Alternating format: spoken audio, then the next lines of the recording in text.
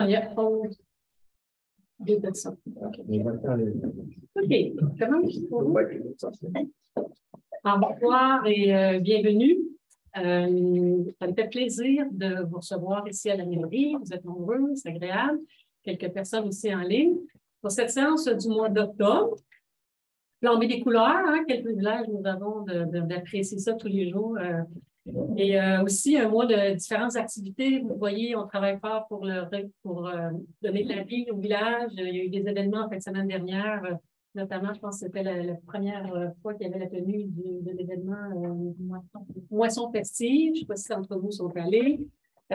Donc, aussi la journée de la culture. On a aussi un panneau d'interprétation pour les oiseaux de nuit. Alors, les papillons de nuit, oui, c'est mieux de même. Dans le parc La Rivière aussi. C'était pour les oiseaux de nuit aussi. Oui, c'est ça que j'avais en tête. Merci. Pour les oiseaux de nuit d'entre vous qui veulent aller observer les papillons de nuit, alors, bref, différentes choses, différentes activités donc, qui se sont réalisées avec succès. Vous êtes du rendez-vous. Il y a aussi samedi prochain, il y a un concours d'épouvantail. Alors, samedi prochain, on va être là. Alors, pour animer la vie communautaire, toujours dans la perspective qu'il y ait des services dans le village, des services de proximité. On est toujours dans le travail de planification pour avoir une épicerie, pharmacie, SAQ, bref, tous les services dont on a besoin à proximité. Alors, ceci étant dit, ce soir, on a du côté du conseil municipal, on travaille d'arrache-pied, on travaille fort, beaucoup de dossiers, ça paraît malheureusement pas beaucoup, c'est ça qui est plate. Mais beaucoup en urbanisme, il y a toujours des problèmes qu'on rencontre, il n'y a rien de parfait, donc il faut rattraper des choses, essayer de prendre des décisions pour le meilleur. En administration aussi, on attend le directeur général adjoint, donc on est en recrutement pour un directeur des services techniques. Donc, le personnel travaille vraiment d'arrache-pied pour faire le maximum, en sachant que c'est imparfait. On est ici ce soir on a du temps du jour, mais on est ici pour vous écouter, que vous puissiez vous exprimer. Alors, si ça vous convient, donc on passerait à l'adoption de l'ordre du jour. Ça vous convient? Oui. Vous êtes pas salué, madame, monsieur? Oui, bonsoir. Alors, présentation, donc, il faudrait une proposeur pour l'adoption de l'ordre du jour. En achetant deux nouveaux points, madame la maire. Oui, alors on écoute. 2.11 et 2.12. OK, donc d'accord, donc je propose d'approuver l'ordre du jour qui a été présenté par la mairesse avec les points 2.11 et 2.12 tels que montrés à l'écran. Donc, deux ajouts depuis vendredi, depuis que l'ordre du jour a été rendu public, c'est bien ça? Oui, c'est bien parfait. Alors, projet d'aménagement des parcs 2.11 et l'autre point, qui est 2.12. Merci. Alors, Mme Jordan, vous avez fait la proposition? Oui. C'est noté. Le procès-verbal du 6 septembre dernier. Alors, vous l'avez bien lu. Il est conforme à la proposition. Je propose d'approuver le procès-verbal de la séance du 6 septembre rédigé par la greffière. Merci beaucoup, Mme Ouellette. Alors, au point de l'administration, on a toujours des dépôts de documents, des dépôts de documents publics. Alors, la greffière en fait la lecture, c'est une tradition. On vous écoute. Alors, c'est la situation budgétaire cumulative au 31 août 2022, la liste des comptes à payer en date du 31 août 2022, dépenses des fonctionnaires ou employés conformément au règlement numéro 947 pour le mois d'août 2022, le compte rendu de la consultation publique tenue le 8 septembre 2022 concernant le projet de règlement numéro 951-6, modifiant le règlement de zonage et lotissement numéro 951 et ses amendements concernant les contributions pour fin de parc, de d'espace naturel et d'espace vert. Et un procès-verbal de correction selon l'article 202.1 du Code municipal du Québec pour la résolution numéro 2022-08-293 intitulée « Modification à la programmation de la taxe sur l'essence et de la contribution du Québec 2019-2022 ». 23, excusez-moi. OK, merci. Alors, la période réservée au public. Est-ce qu'il y en a qui d'entre vous viennent ici pour la première fois? Ils participent pour la première fois. OK. Alors, on va vous expliquer, en fait, c'est ça, on prend, vous êtes invités à tour de rôle à venir maintenant devant parce que c'est filmé et puis donc vous êtes invités à venir le faire. Donnez votre nom, quel secteur vous demeurez, et puis vous avez un temps, un esprit de synthèse, mais on est quand même patient, puis on est à l'écoute. Enfin, vraiment, l'idée, c'est que c'est des sujets d'intérêt public. Ça se peut qu'il y ait des sujets plus personnels. Dans ce temps-là, ben, vous pouvez nous les communiquer, puis peut-être par la suite venir discuter avec nous. Vous avez l'occasion de rencontrer les élus après la séance. Donc, c'est ça. Donc, nous allons y aller d'abord en des personnes de la salle, puis si jamais il y a des personnes qui veulent prendre la parole sur Zoom, on pourra les prendre par la suite. Ça vous convient? Alors, bien écoutez, on va y aller au fur et à mesure. On va commencer par la première agence. Est-ce qu'il y a des personnes d'entre vous qui veulent prendre la parole? Bonsoir. Bonsoir. Mon nom est Marc Beaulieu. Ah, bonsoir, M. Beaulieu. Je viens vous présenter une pétition qui a été signée par tous les résidents de la rue des Grilles, dont 9 sont présents ici ce soir. Grosse délégation. Si vous me permettez, je vais la lire intégralement. Ici, ça va être clair pour tout le monde ce que c'est, ou juste comme pétition. Alors, nous sommes les résidents de la rue des Grives. Nous désirons sensibiliser le Conseil aux problèmes que nous vivons depuis plus de 2 ans. La rue des Grives est une zone rurale. C'est une rue en terre battue. Depuis le prolongement du développement Villa des Serres, notre rue est devenue la principale voie d'accès de la section urbaine du quartier. Le chemin Renault pourrait également être utilisé comme voie d'accès au développement, d'autant plus qu'il est asphalté. La municipalité a malheureusement interdit aux camions de l'emprunter aux fins de travaux. Des camions lourds de toutes sortes utilisent la rue des Grives comme voie d'accès aux chantiers de construction. En mars et en avril de chaque année, les nombreux nids de poules et ventres de bœuf témoignent de la densité de la circulation. En mai et en juin, ce sont les nuages de poussière qui submergent nos terrains et nos résidences. L'épandage de la poussière se fait à la fin du mois de juin, alors que la période de dégel prend fin au plus tard la première semaine de mai depuis 3 ans. Tout au long de l'année, le bruit et les vibrations engendrées par les passages successifs de camions et autres véhicules font obstacle à la quiétude qui caractérisait notre quartier avant l'expansion des Villas des Serres. La rue des Grives étant en ligne droite, rares sont les conducteurs qui respectent la vitesse maximale permise, qui est de 30 km/h. La plupart des véhicules circulent à plus de 50 km/h. À l'avenue des prochaines phases de construction, environ 45 nouvelles constructions sont à prévoir, soit 15 résidences pour la phase 3 et 30 pour la phase 4. Ces ajouts vont accentuer considérablement la pression sur notre rue une fois de plus. À terme, ce sera plus de 80 nouvelles résidences qui auront été érigées dans notre secteur. La rue des Grives est vouée à devenir la collectrice pour le secteur ville, en guillemets, de Villa des Serres. Dans le but de diminuer la pression exercée par l'achalandage croissant des déplacements sur la rue des Grives et de préserver la quiétude et la qualité de vie des résidents de la zone rurale, nous demandons à nos élus d'intervenir dans ce dossier. En conséquence, nous, sous-signés, demandons au Conseil d'exiger de l'entrepreneur la création d'un accès direct au chantier de construction de la phase 4. Cet accès pourrait se faire à partir du 13e rang, qui est à proximité de la phase 4 du développement. Pour ce qui est de la phase 3, nous demandons l'abolition de l'interdiction de passage de camions par le chemin Renault. En ce qui concerne les excès de vitesse, un deuxième panneau de signalisation de 30 km/h devrait être installé à l'autre bout de la rue des Grives afin de définir clairement la limite de vitesse dans les 2 sens.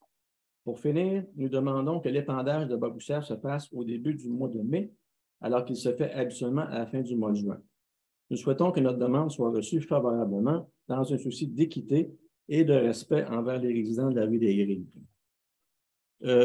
Juste pour compléter ce qui est marqué là, c'est qu'à chaque année, on fait des demandes auprès de la ville, des demandes, des plaintes finalement, soit pour la poussière, soit pour l'état de la chaussée ou bien la vitesse. On nous amène des solutions qui sont temporaires, comme un radar qui doit être là pendant 3 semaines, la poussière qui malheureusement arrive trop tard, des mesures qui vont être prises, mais ça ne règle jamais le problème. Alors, depuis 2 ans, on est pris avec le même problème d'année en année.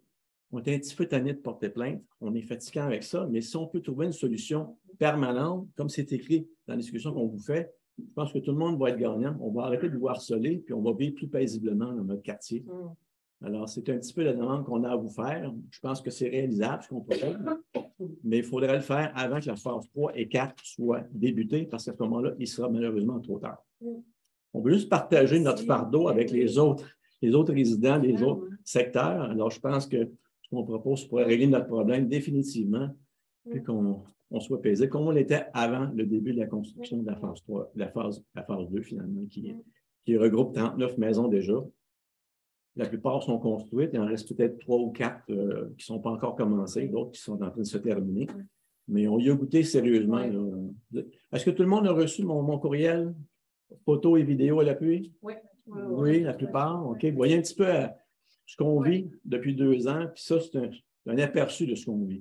Parce que durant la période où on fait l'infrastructure des rues, là, les camions que je vous ai montrés sur la vidéo, ils en passent 1 ou 5 minutes. Puis quand il en passe 3-4 d'affilée, là, la poussière n'a pas le temps de retomber, que ça remonte. Puis, on ne peut pas ouvrir nos fenêtres, nous autres, de toute façon. Le mai, juin, chez nous, on a oublié ça. Là. On laisse les fenêtres fermées tout le temps. Ben moi, en tout cas, merci sincèrement de vous être déplacé et de nous amener des suggestions, des solutions. Je pense qu'on est très ouvert à ce genre d'intervention-là. C'est des choses qu'on peut faire. Ouais. Après ça, là, quand on parle de la question de permanence, il y a différentes choses. La question de la poussière, on le prend en note, mais c'est toujours de se coordonner avec les entreprises externes. En tout cas, c'est noté. Effectivement, peut-être qu'il y aura lieu de faire un deuxième épandage, on pourra l'évaluer. Ça aussi. La question de la phase 3 et 4, là, on n'est pas là, mais on comprend que vous êtes déjà rendu là. Nous, on ne l'est pas, mais donc on est en avance, fait que ça donne le temps à ce moment-là. C'est des chiffres qui m'ont été fournis par le promoteur lui-même. Alors, quand je parle de 15 maisons, de 30 maisons, c'est le plan qui va vous être présenté éventuellement. Merci. Alors, en primeur, je vous l'annonce ce soir. Attendez-vous à ça. Là. C'est juste que nous, on traite les choses. Et puis, donc, c'est quoi la densité de la circulation, donc les suggestions. Moi, en tout cas, je pense que c'est très bien reçu. Puis, effectivement, on peut s'engager à faire en sorte que les solutions soient plus durables. Je ne sais pas si, Saint-Lambert, vous avez... Pas de question, vous allez la remettre? Oui, absolument. Oui. Parce que dans votre question, pour la phase 3, vous avez dit d'interdire la circulation sur le chemin Renault. Oui. Comme vous voulez dire sur la rue de la Grille. Non. Par le chemin Renault, là, les camions ont été interdits de circuler par là pour faire le développement de la phase 2, entre autres. C'était confirmé par un employé de la ville. M. Caron me l'a confirmé. Ça m'avait été dit par des contracteurs en camionnage. C'est confirmé. Ça va? Merci beaucoup. Oui, merci à vous. Vous êtes le répondant, donc on pourra s'assurer peut-être d'avoir éventuellement un suivi à la prochaine séance ou d'ici là pour une solution. Merci. Merci à vous. Merci. Merci, Marc. Du mon public. Donc, bon, c'est juste pour appuyer ce que Marc mentionnait. Parce que finalement, l'accès, comme vous le savez, là, bon, il a très bien expliqué là, avec le libellé de la pétition. C'est étant donné qu'il y avait une phase qui était ville, qui voulait être implantée, bien, ça prenait un accès sécuritaire là, pour pouvoir, autre que Renault, au cas où il arrive une avarie, qui puisse sortir. Alors, la rue des Grives était désignée pour ça, mais là, c'est devenu, comme il mentionnait dans la pétition, c'est devenu comme la voie d'accès principale à Villa des Airs. C'est là, puis avec nos concitoyens, c'est pas tout le temps, ils ne sont pas tout le temps, disons, la police. Ben, c'est ça, puis j'en avais parlé avec le directeur aussi de la police de police, puis il disait, ben, ayez pas peur, faites des plaintes, puis nous, on va voir des statistiques là-dessus. Je dis, oui, mais bon, c'est ça. Moi, je pense qu'on le fait aussi dans d'autres, on tente vraiment cette idée-là de répartir les effets du développement, les effets de l'augmentation de la circulation. Je pense que c'est quelque chose qu'on partage, puis on le fait dans d'autres situations, qu'on va vraiment le faire service pour voir quelles sont les solutions. Définitivement. En tout cas, on connaît bien aussi la place où j'y vais régulièrement. Je m'appelle juste un point. J'ai vu aujourd'hui qu'il y avait un terrain à vendre sur le salon d'entraide qui pourrait mener à la phase 4. Ah oui, hein? Pour passer le mot promoteur, peut-être qu'il faut acheter le terrain pour on va déjà prévoir la rue. C'est bien. Alors, ça va de votre côté. Donc, oui, allez-y, c'est le temps. Point de bingo. Excusez-moi. Moi, je n'ai pas apporté de route. Mon nom est Gilles Pouliot. Je demeure sur la rue des Moissons. Gilles Pouliot. Je demeure sur la rue des Moissons. Des Moissons. C'est Grand Drive, Oui. 1 kilomètre du point de la rue des Rochers. La première place. Et 3-4 petits points. OK. Pas grave. C'est la vérification des travaux. Il y a eu des travaux de fait sur le Grand Drive à partir d'Alfred Desrochers, en montant sur 1 kilomètre à peu près. 3-4 places. Okay. Ça doit être au début de votre premier mandat. Pas longtemps. Okay. Mais avant, on avait des apaisements de terrain. On les connaissait. Pas longtemps qu'ils étaient là. Mais Pavage Masca sont venus réparer. Mais ils nous ont fait des bosses. OK. Bon, avec des bosses. Moi, j'ai un motorisé. Quand je passe là, il faut que je fasse très attention parce que la première fois, mes vélos ont même décroché et ils ont tombé sur l'auto. OK. À cause d'une bosse. Parce qu'un motorisé, je ne sais pas si vous le savez. En tout cas, oui. C'est pas, Reviens là-bas sur le 13e rang. C'est ça. OK? Beaucoup de bosses. J'ai dit, là, je me suis dit, avant qu'ils payent, ils vont aller vérifier. Il y a quelqu'un qui est payé quelque part pour aller vérifier les travaux. Oui. Moi, j'ai arrêté pour voir Pavage Masca, j'ai discuté avec eux autres, j'ai dit, ce que vous venez de faire, là, pas mieux que ce qu'on avait avant. Avant, on avait un trou, là, on a une bosse. OK. J'ai dit, ouais, mais on n'a pas été payé pour de l'asphalte à grandeur. C'est pour ça que je te demande. C'est pour ça que je te dis juste qu'avant, on avait un trou, là, on a des bosses. Puis là, je vais vous amener tranquillement, si vous avez plusieurs points, à dire quelle est votre demande, votre question. La demande, c'est est-ce qu'on va faire quelque chose pour réparer les bosses? OK. Sur le rentrail. OK. Encore une fois, sur le rentrail, Oui. vous savez qu'il y a un bout, je ne sais pas trop c'est quoi, là, il y en a pas de tournesol. Oui, oui, oui. Vous avez vu ça, là? La rue, pas trop belle, hein? Pas Non, trop, pas trop du belle. tout. On est d'accord avec vous. Puis il y a beaucoup de vélos qui passent là. Oui. Beaucoup de vélos. C'est une rue saucière chalandée que Alfred Desrochers. Moi, je fais du vélo, je rencontre beaucoup de monde. On fait le tour, on revient par Alfred Desrochers. Revenir, pas Alfred Desrochers, mais le rentrail. Oui. Revenir par le rentrail en vélo, laissez-moi vous dire que le monde qui arrête parce qu'on est en vélo, Oui. ils peuvent pas poser. On va Ils sont bien gentils, ils sont très gentils. Très gentils. Oui, Je ne peux pas rien dire contre le monde, ils arrêtent. Mais c'est dangereux. Il y a un bout du rentrail, là, tu t'en vas là-dedans, là, en vélo, là. Puis tu ne peux pas prendre le côté du chemin, là. Tu ne peux pas prendre à côté, tu ne peux pas te tasser, là. Alors, votre intervention, c'est quand? Quand allez-vous très réparer important. les côtés de chemin? C'est ça. Parce que le chemin lui-même, je m'en balance.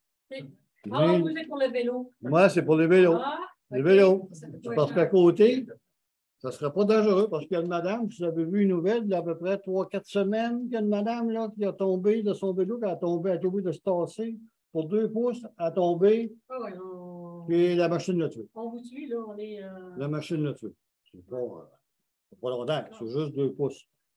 Mais il est arrivé la même chose à mon épouse ailleurs. Juste pour 2 pouces. Non, elle n'est pas morte. Une chance. Une chance. Mais la troisième, les fossés. Les sont beaux. Oh oui, très beau, même trop beau. Sur la rue des Moissons. Moi, je demeure sur le coin de la rue des Moissons. Le fossé commence en haut de la rue, mais il ne rejoint pas l'autre fossé qui suit le rentrail. Okay. Il y a un fossé qui suit tout le long du rentrail. Celui de la rue des Moissons, il commence sur mon terrain, à zéro. Comme on dit, il commence à zéro. Oui. Il s'en va, puis quand j'arrive à mon entrée, je suis rendu à Haut-de-Même. Okay. Est-ce que je peux mettre de la terre dans le fossé pour y en enlever un petit peu d'auteur que je puisse passer que ma tombe? Ça, ben moi, je vous dirais oui, parce qu'il y a juste moi qui est là. Mais c'est ça, c'est ça.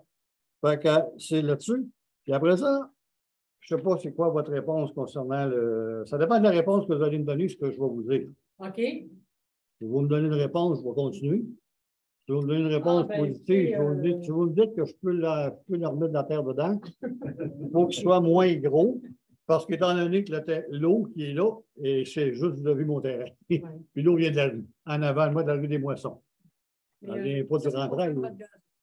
En tout cas, on n'ira pas sur votre situation personnelle. Okay. On pourrait un peu, mais c'est surtout en fond, ce qu'on entend, c'est que la question, on a noté le débat, c'est la question de l'asphaltage, notamment. Côté du rentrail, les côtés de chemin. L'information, ce que je La pourrais dire. profondeur du fossé, on va le valider. Il y a des profondeurs minimales à respecter pour être capable de drainer l'infrastructure de la route. Donc, en dessous de cette profondeur-là, on ne vous laissera pas le renvoyer. Puis d'une façon ou de l'autre, vous ne pourrez pas faire l'intervention vous-même. Pourquoi? Les gens sont intervenus dans les emprises de rue.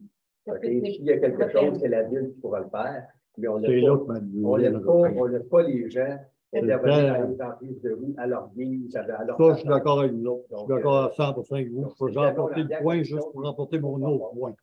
Maintenant, Alors, moi, le le but point de- principal, à Oui. cause de ça, Oui. si moi, je ne peux pas toucher à votre terrain, oui, pourquoi vous touchez au mien? on va regarder ça. Je pense que votre Parfait. situation personnelle, sérieusement, on va la regarder. Parce que, tu sais, la Parce tombe. que là, le fossé, il est sur mon terrain.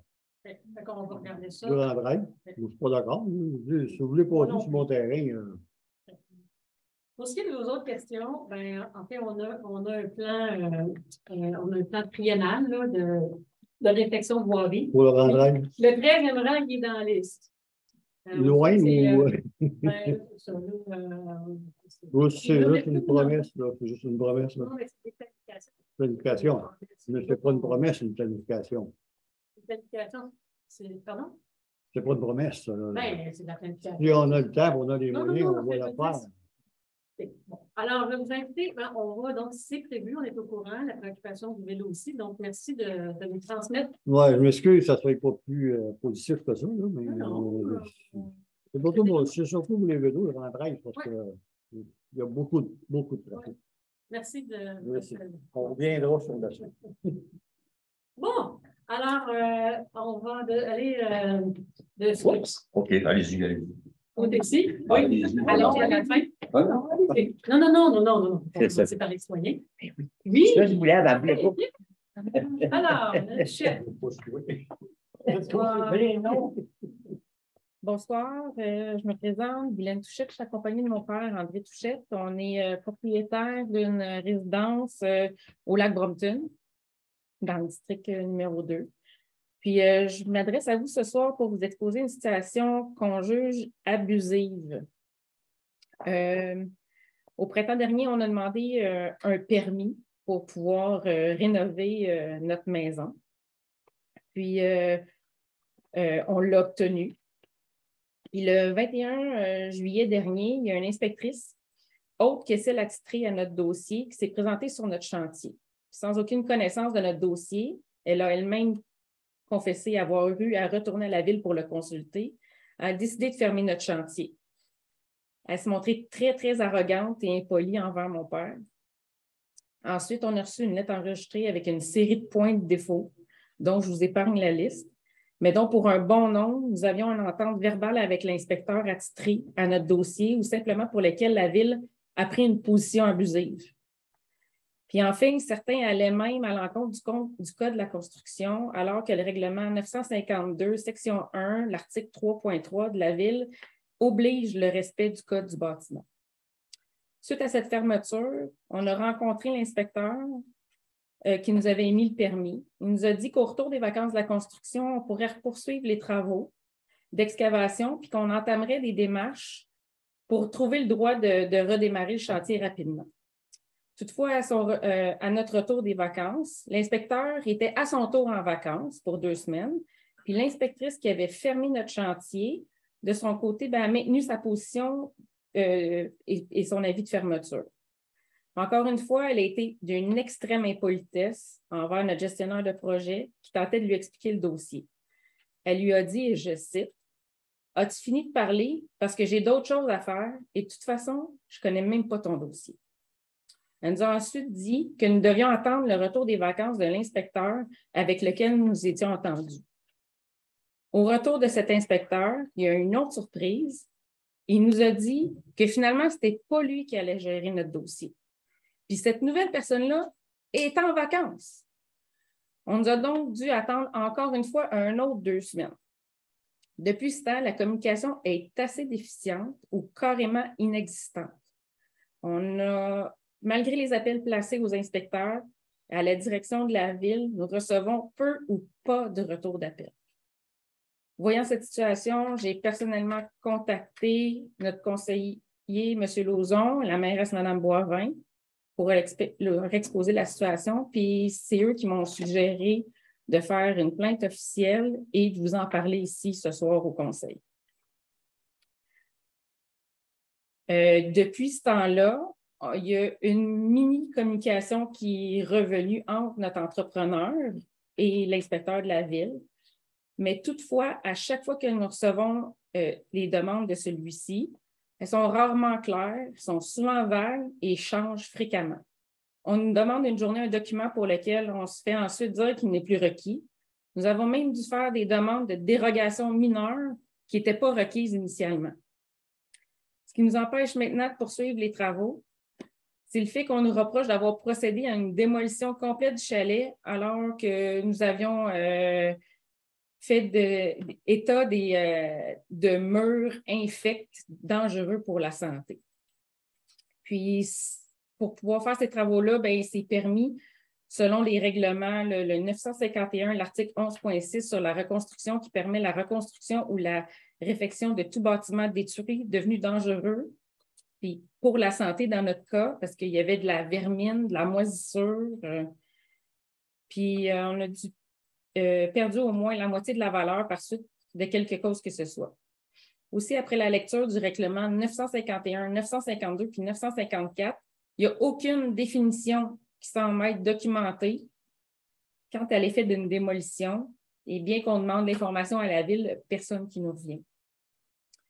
Puis une démolition complète, ça implique la perte de droits acquis, les pentes, les distances, les emplacements.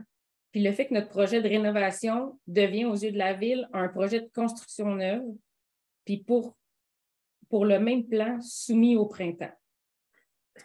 Or, notre maison n'est pas démolie complètement. Il reste les fondations et le plancher du rez-de-chaussée. Puis un projet de construction neuve, ça implique aussi une revue par le Conseil de la MRC et un processus fastidieux, long et complexe. On est membre actif de l'Association du lac Brompton. On contribue à des fonds de financement. On prend toutes les mesures pour respecter l'environnement, puis le lac, c'est notre richesse. On investit dans notre ville en rénovant notre maison. Puis nous venons de passer 75 jours horribles de zone grise, de traitement abusif pour un projet qui n'a pas changé depuis le début. Si nous avions pu nous asseoir et discuter avec des inspecteurs ou avec des gens de la ville afin de trouver des solutions, ça aurait été un travail d'équipe et un partenariat qui aurait fait grandir tout le monde. Ce que nous demandons ici, ce soir, c'est bien sûr, on vous remercie de nous avoir écoutés, mais aussi, c'est qu'on voudrait on voudrait pas que notre projet devienne un projet de construction neuve parce que ce n'est pas le cas. Puis, l'inspecteur à qui on parle, il nous a dit que si on lui avait téléphoné pour lui faire état des murs et de la situation, il nous aurait permis la démolition. Puis on s'en serait pas là aujourd'hui, puis on ne serait pas devant vous en train de vous demander de prendre une position puis de nous aider à ce moment-là. Et on vous remercie beaucoup de nous avoir écoutés. Je vais vous envoyer ma lettre, vous la déposer. Puis mon père et moi, on compte sur votre bon jugement, le respect de la ville, le respect par la Ville de ses citoyens, le support de l'Assemblée, pour rapidement reprendre nos travaux avant l'arrivée des jours froids et de la neige. Merci. Merci, Mme Duchette. Si jamais il y a eu des manquements en tout cas, de cette situation-là, c'est vraiment pas agréable d'entendre ça. Et je pense que définitivement, il y a des actions de communication qui vont continuer, il y a des solutions qui vont perdurer. Si le Conseil a besoin de prendre une décision, on le fera rapidement. Est-ce que vous avez quelque chose à rajouter?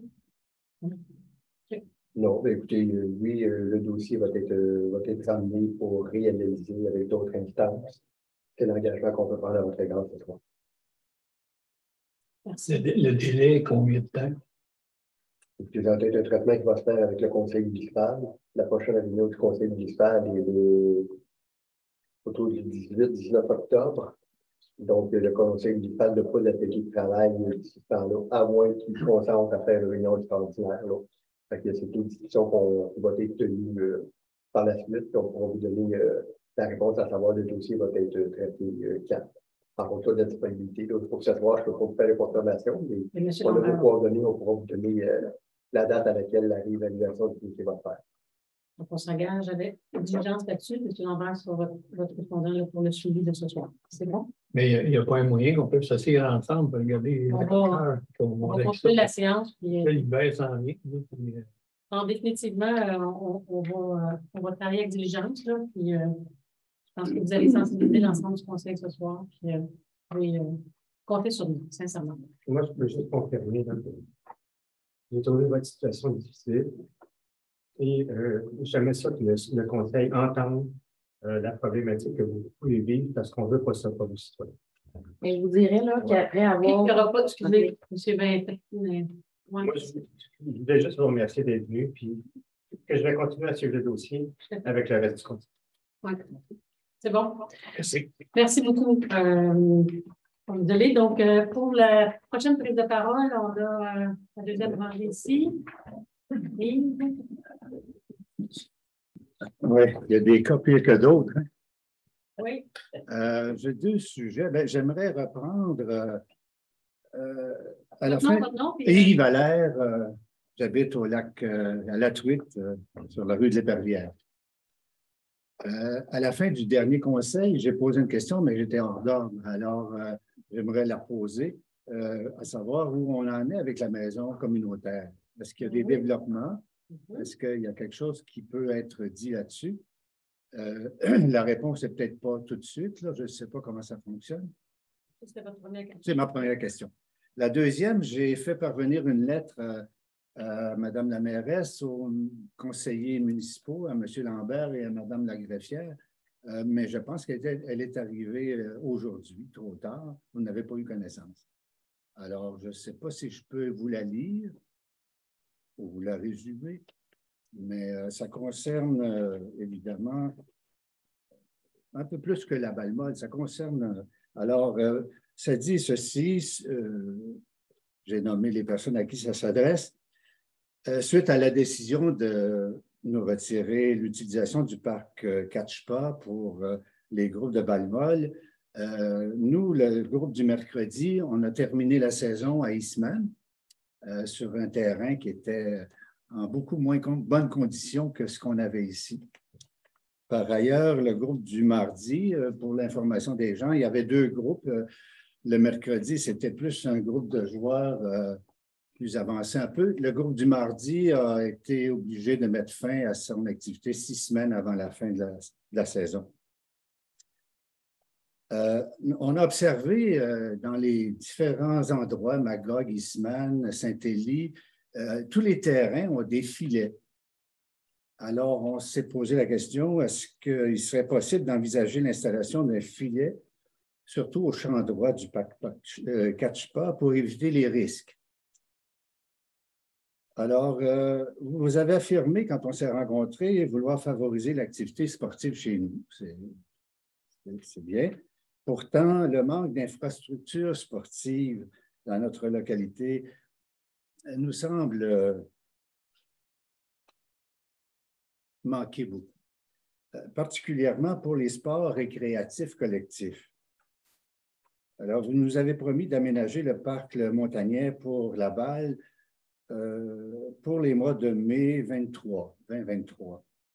La somme énorme qu'il faudra ou qu'il faudrait investir ne pourrait-elle pas servir à développer les infrastructures nécessaires à d'autres activités sportives pouvant desservir plus de monde ou de citoyens? Lors d'une réunion de fin de saison, les membres de notre groupe de balle ont discuté de l'intérêt de jouer au parc Le Montagnet, réaménagé. Nous estimons que ce lieu ne nous correspond pas. Nous aimons nous retrouver au cœur du village, proche des gens, de la vie, là où les passants peuvent découvrir l'existence de ce groupe de loisirs et voir qu'il se passe quelque chose de vivant dans notre municipalité. Notre présence au parc Catchpa ne peut-il pas, de plus, agir comme incitatif pour favoriser l'émergence d'équipes avec les jeunes? Nous demeurons des groupes de loisirs, hommes et femmes, qui se rencontrent pour le plaisir du jeu et non pour la compétition. D'ailleurs, les balles que nous utilisons ne peuvent pas être frappées aussi loin que celles utilisées par les groupes, les clubs organisés. Enfin, permettez-moi, au nom de, je dirais, des 60 personnes inscrites à la Balmol en saison 2022, de vous suggérer la création d'un comité citoyen consultatif au sport afin d'élaborer avec la municipalité un plan d'infrastructure sportive sur une vision d'au moins 5 ans. Alors, voilà. Merci. Donc, c'est transmis. La lettre va être à la réception, donc je pourrais l'envoyer par courriel aussi. Oui. Alors, Madame la greffière, peut-être vous dire, là, dans le fond, la question sportive et des infrastructures, devrait faire partie là, du budget 2022. Là, on doit travailler une politique du loisir et du sport et loisir et du communautaire. C'est sûr qu'il y aura des choix à faire. Déjà, on a fait un sondage il y a 2 ans entre notre identité plein air et une identité sportive avec les infrastructures que ça pourrait supposer au niveau du loisir, éventuellement de la compétition. Donc, il y aura des choix, mais je pense que ce qui est intéressant, c'est que vous puissiez contribuer. Alors, on va voir de quelle façon ce travail-là. On a déjà des données qui ont été recueillies auprès de 800 citoyens il y a 1 an et demi. Donc, ça, on va partir de ça. Et on va revoir un peu l'ensemble des parcs et puis tenter de faire des jumelages avec ce qui a été identifié et effectivement, après ça, vous les présenter. C'est du comité citoyen, donc on va le traiter en conseil. Ça relève comme le comité citoyen, il y a différents comités citoyens. Est-ce qu'il relève du conseil municipal? Oui. Bien, nous avons 5 comités consultatifs. Oui, c'est ça. Citoyens, c'est ça. Mais effectivement, on n'en a pas un qui traite du loisir, mais c'est pas parce qu'il y a un comité consultatif qui ne traite pas d'un sujet qu'on ne consulte pas les citoyens, parce qu'on n'a pas de politique formelle de participation citoyenne. La participation citoyenne, elle est d'abord mensuelle ici, donc dans un dialogue, dans un échange. On a des citoyens qui sont membres des comités consultatifs, on les consulte sur des choses plus précises, voirie, développement du village, transition écologique, protection des lacs et j'en oublie un, urbanisme. Puis, il y a quand même des sondages. C'est important, c'est dans le sens de la consultation aussi, puis on pourra faire des rencontres ponctuelles. On n'en a pas fait depuis la COVID. On a perdu un peu le rythme, mais je pense qu'on vous entend ce soir pour être en mesure que les orientations, le travail qu'on va faire qui puisse être validé, puis qu'on puisse échanger avec vous. Puis ça m'amène à la maison communautaire que vous appelez. Oui, mais juste avant, quand on s'est retrouvé à Eastman, c'est assez étonnant. En tout cas, moi, c'était de voir qu'il y a un parc des sports dans une municipalité comme Eastman, qui est plus petite que Hartford. Alors, quand on suggère que le montant, la somme qui pourrait être investie au parc La Monnaie, éventuellement, ce serait intéressant de réaménager ce parc-là, peut-être dans un avenir un peu plus éloigné, quand on sera en mesure possiblement d'avoir des équipes, par exemple à la balle molle ou au baseball, pour jouer contre des endroits extérieurs. Oui, je comprends l'esprit. On va avoir des décisions à prendre dans le long terme, puis mais on entend qu'il y a une question, en tout cas, vous avez un coup de cœur pour le village. En tout cas, il y en a beaucoup dans l'équipe de balle-molle qui seraient intéressés à s'impliquer aussi dans les discussions et décisions ensuite. OK. Merci beaucoup. Pour la maison communautaire que vous appelez, effectivement, c'est un dossier actif et on devrait se réaliser en 2024. Oh! Oui, c'est ça. Bon, ceci dit, est-ce qu'il y a d'autres interventions avant qu'on y aille pour l'ordre du jour? Ça va? Oui. Ah oui, après ça, M. Bousquet, je ne vous oublie pas, là, Richard. Je n'étais pas supposée de faire une intervention, mais Gisèle Jolin, du lac Brompton. J'ai écouté justement monsieur puis madame Fouchette, c'est ça. Je voulais juste exprimer ma solidarité parce que j'ai passé à travers la construction l'année passée et je comprends ce qu'ils vivent, dans le sens qu'il y a une interprétation, il y a une gestion des règlements. C'est très difficile pour les citoyens de se retrouver là-dedans, de recevoir l'information au compte-gouttes, par accident. C'est pas normal. Alors, je voulais juste exprimer ma solidarité. Merci, madame. Merci. C'est noté. Alors, M. Bousquet, oui, vous avez votre chapeau. On change de chapeau. Bonsoir, Mme la mairesse. Bonsoir, messieurs et madame les conseillères et conseillères. Bon, mon sujet, c'est couverture cellulaire, secteur nord du Mont-Offord. Au cours de la campagne électorale, suite aux visites de porte-à-porte par des membres du Parti Équilibre Offord, Il est ressorti en priorité que les citoyens des districts 1, 2 et 3 désiraient une amélioration de la couverture cellulaire sur leur territoire. Dans les faits, il est reconnu que la couverture cellulaire du secteur nord de la municipalité est extrêmement déficiente. Une couverture cellulaire de qualité est essentielle aux activités quotidiennes des citoyens, à la sécurité, telle pour les véhicules d'urgence, les excursions en forêt, puis on sait que de plus en plus des gens participent ou prennent part à des excursions dans le bois, puis il n'y a pas de couverture cellulaire. À la navigation, des problèmes de patrouille nautique, l'accident routier, panne électrique, parce qu'après une demi-heure, une heure, le signal, on perd tout le signal, donc il n'y a plus de possibilité, sauf partir de la maison, aller à un endroit où le cellulaire rentre pour appeler les ressources. Un fournisseur de réseau a déjà manifesté son intérêt pour l'installation à ses frais d'une tour de communication pour desservir le territoire nord de la municipalité. Cette tour serait située loin des résidences environnantes et pourrait être utilisée par tous les autres fournisseurs de services intéressés. Pour démontrer l'intérêt des résidents de ces districts, une pétition a été élaborée. Par des moyens très rudimentaires, plus de 350 noms ont été enregistrés. Des noms de résidents qui habitent sur ce territoire et qui subissent les inconvénients d'un signal cellulaire déficient et qui demandent l'intervention des élus municipaux.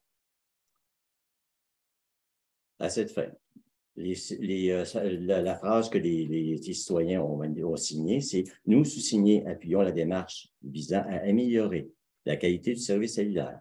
Demandons aux instances municipales de prioriser ce projet et d'entreprendre immédiatement des démarches auprès de ce fournisseur ou tout autre fournisseur de services afin de faciliter la réalisation du projet dans le plus bref délai. » Et c'est signé par les conseillers Alain Brisson, Jacques Lauzon et moi-même. Je vous remets la pétition. La greffière. La greffière. Oui. Vous connaissez les heures. Oui. Bien. Alors, merci de m'avoir écouté.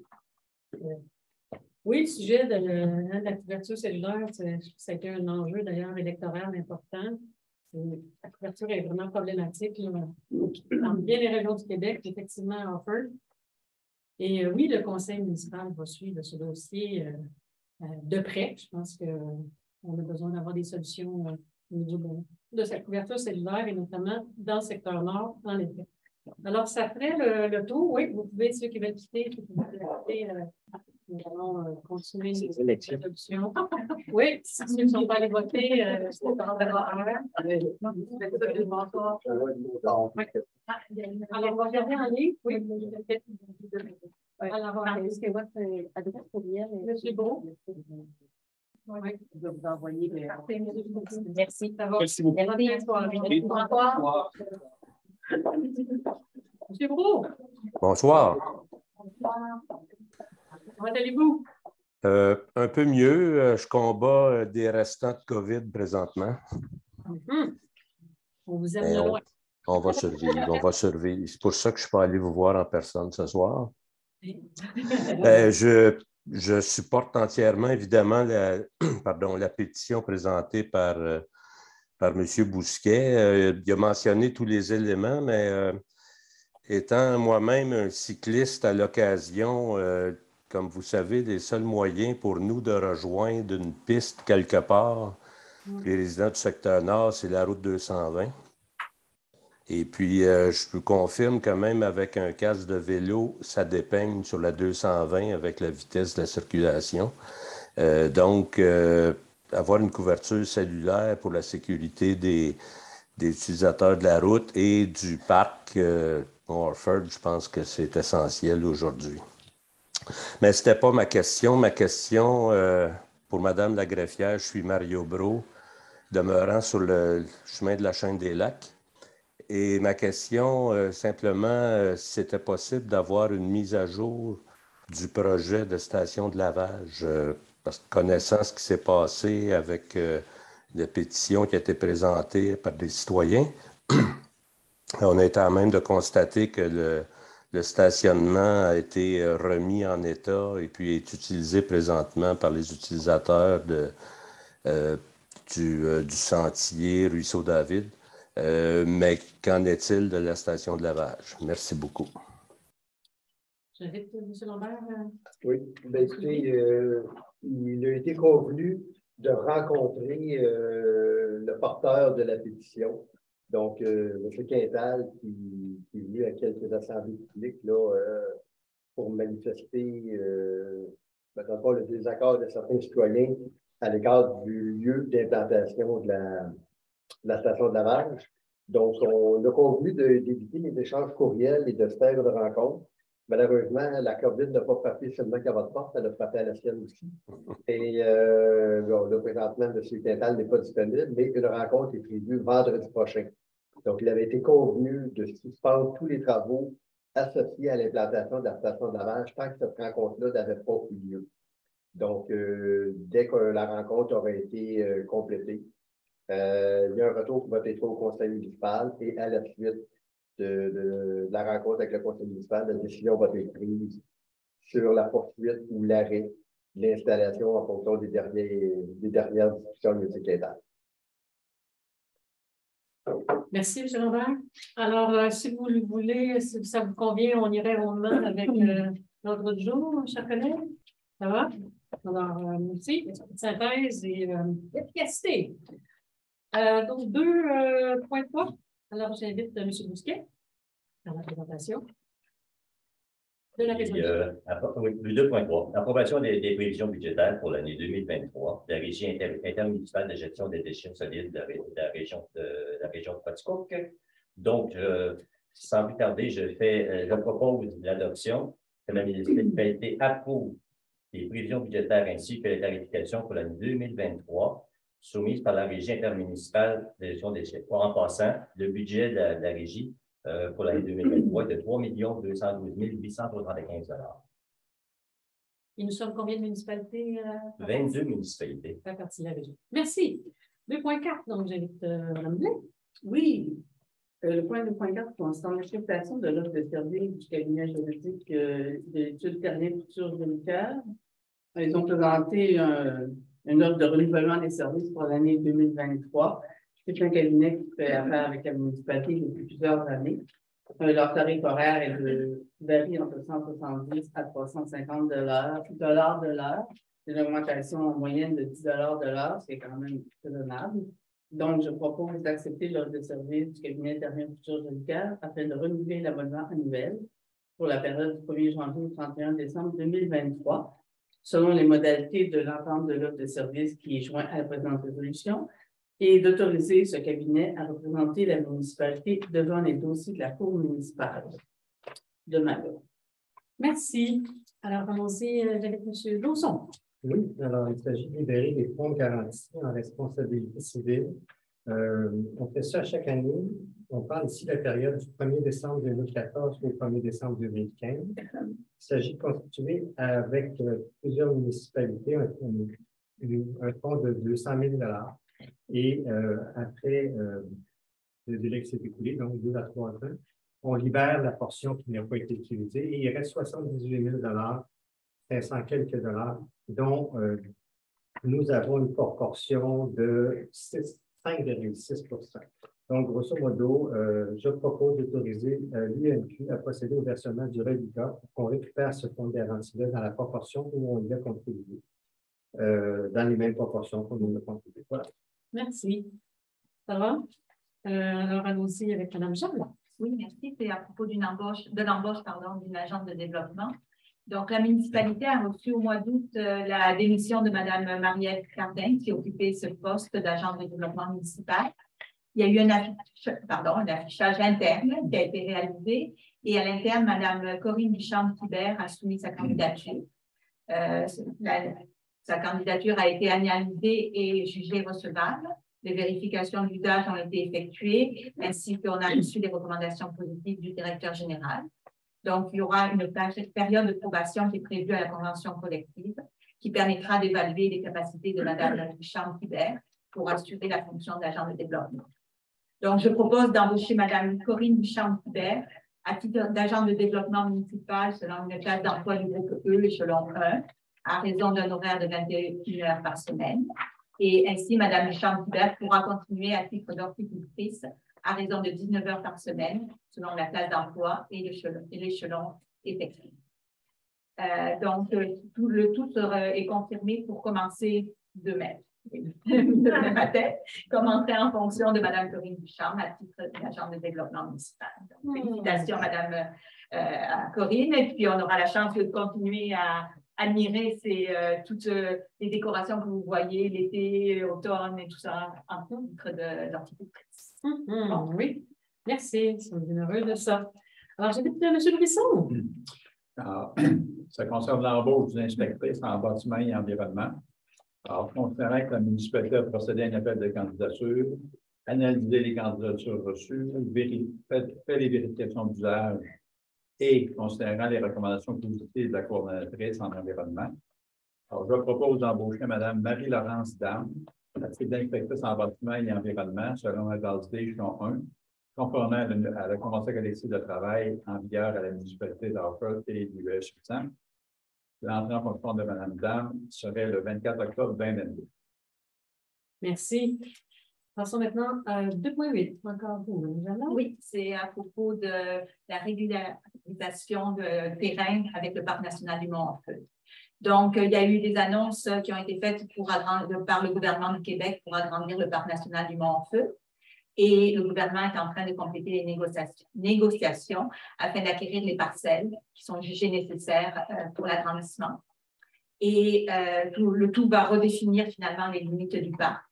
Et des audiences publiques sont prévues durant l'année 2023. En ce moment, il y a des infrastructures municipales qui sont à l'intérieur de ces limites actuelles. Et donc, il y a eu des pourparlers entre la municipalité, le Parc national du Mont-Orfeuille, et le ministère des Forêts, Faune et Parcs pour régulariser tout ça. Donc, on a fait un échange, je pense qu'on peut dire amiable, mais sérieusement. Donc, on confirme l'engagement de la municipalité à céder sans frais les lots ou les portions de lots suivants. Donc, excusez-moi, je pense que je dois lire tous les détails, Mme Adrien, oui, pour les lots. Non. En tout cas, il y a 2 lots. Je vais commencer, puis vous me direz. Donc, c'est pas nécessaire? OK, excusez-moi. Donc, en gros, la municipalité cède 2 terrains et en contrepartie, le gouvernement du Québec s'engage à en céder avec les numéros qui sont affichés à l'écran afin de, finalement, faire un tout plus cohérent. Régulariser. C'est bon? Donc, je propose d'autoriser la mairesse, ou en son absence, la mairesse suppléante et la greffière, à signer tout document pour en donner effet à la présente résolution. Merci. En fait, en effet, on régularise certaines situations dans le cadre de l'agrandissement. Effectivement, l'agrandissement, il va y avoir des audiences, ça va être à suivre. La municipalité et les citoyens qui vont être particulièrement concernés. Si vous êtes au lac Brompton, il va y avoir un agrandissement dans ce point-là. OK, alors passons au prochain point avec Mme Ouellet. Oui, c'est une modification, une résolution qui est à l'égard d'une approbation d'un PIA, d'un plan d'intégration. La municipalité avait mis comme condition d'approbation que la servitude enregistrée soit levée par le MAMACH. Dû à des délais, on propose d'abroger cette clause-là, puisque de toute façon, dans la servitude, il n'y a aucune infrastructure publique. Tout est dans la rue. Donc, c'est vraiment comme un processus plus administratif, laisser au MAMACH le temps de faire ce processus-là et de permettre au demandeur, M. Hamel, de pouvoir entamer la construction du point de chemin de la montagne et de la rue du Montagnac. Donc, je propose d'abroger le dernier paragraphe du premier alinéa qui devrait se lire comme suit. À la démonstration à la municipalité avant la délivrance du permis de construction que la servitude numéro 312 272 est officiellement abolie. Donc, on enlève cette partie-là. Bien, ça va pour tout le monde. 2.10, Mme Blais. Oui, 2.10 concerne le marché de Noël de l'organisme sans but lucratif, l'organisme Falala. Il va y avoir un marché de Noël qui va avoir lieu dans vos installations d'Orfeuille Musique les 26 et 27 novembre prochains pour, entre autres, mettre en valeur des produits artisanaux et agroalimentaires de la région. Donc, je propose de remettre à cet organisme un montant de 1 500 $ pour le marché de Noël devant avoir lieu à la fin novembre, les 26 et 27, montant posé dans le fonds général. Merci. Ça, 2.11 avec M. Lauzon. Oui, merci. Alors, il s'agit essentiellement de revoir une disposition, une résolution qu'on a adoptée en 2021 pour un programme d'infrastructure municipale Amis des amis. Alors, la formulation qu'on avait utilisée a été, après les discussions avec le ministère des Affaires municipales, demandé d'ajuster le règlement. Alors, on a trouvé plus simple d'abroger la première résolution, ce que je propose maintenant, et d'adopter une nouvelle résolution avec le texte en 2.12 qui nous permettra de reprendre finalement à la satisfaction du MAMRO, M-A-M-H. Excusez-moi, là, c'est une histoire ancienne. Alors, donc, on parle donc de l'autorité du conseil municipal à présenter une demande financière dans le programme d'infrastructure que j'ai nommé pour les parcs et municipalités Amis des amis. Voilà. Merci. Donc, aux finances, on a l'approbation de comptes à payer. Je pense que c'est Mme Ouellet. Oui, alors je propose d'approuver la liste des comptes à payer au montant de 574 870,54 en date du 30 septembre. Merci. Et pour un mandat de service professionnel avec M. Gifté. Oui, effectivement, c'est mandat de service professionnel pour l'audit du rapport annuel financier pour l'exercice se terminant le 31 décembre 2022. Considérant que la municipalité se doit annuellement de procéder à la vérification des comptes de la municipalité, considérant l'offre de service de la firme Raymond Chabot Grant Thornton en date du 22 août 2022, et considérant que cette firme fait la vérification des comptes de la municipalité, et ce depuis plusieurs années, et que la municipalité en est satisfaite, je propose de mandater la firme Raymond Chabot Grant Thornton à effectuer l'audit du rapport financier consolidé pour l'exercice se terminant le 31 décembre 2022. Et l'audit de la reddition de compte de Recycle Québec, le tout tel que décrit dans l'ordre de service du 22 août 2022. À cette fin, le Conseil autorise une dépense au montant de 21 352,28, toute taxe incluse, montant étant puisé à même le fonds général. Excellent. Passons à l'urbanisme. Nous avons plusieurs décisions à prendre ce soir. Certaines consultations y sont associées. Alors, on va aller de l'avant d'abord avec le 4.1 et M. Brisson. Il s'agit d'une demande de dérogation mineure pour un agrandissement de propriété. Alors, nous traitons ça en deux parties. La première partie est une consultation publique où les gens peuvent s'exprimer, à savoir s'ils ont des réserves, des questions ou des commentaires sur la demande qui est faite. Et par la suite, éventuellement, c'est la résolution comme telle que le Conseil va adopter. Alors, le projet, effectivement, c'est une demande de M. Maxime Massé sur la rue des Frênes dans le Chéribourg. M. Massé désire agrandir sa propriété et l'agrandissement impliquerait que la pente du toit serait inférieure à la pente réglementaire. Alors, on parle d'une pente là, qui serait de 2,75 pouces au 12 pouces. Alors que le règlement parle de 4 pouces au 12 pouces. Et il y a une petite section sous la fenêtre où la pente serait inférieure à 2,75 sur une distance d'environ 2 pieds. Alors, donc, essentiellement, la demande, c'est que la pente du toit ne soit inférieure à celle prévue au règlement. Est-ce qu'il y a des questions ou des commentaires? Si on accepte, ça changerait quoi? Ça changerait quoi si on acceptait sa demande? En fait, là, on est à l'étape de la consultation publique, c'est-à-dire on reçoit vos commentaires, si vous voyez un problème à ça ou pas. OK.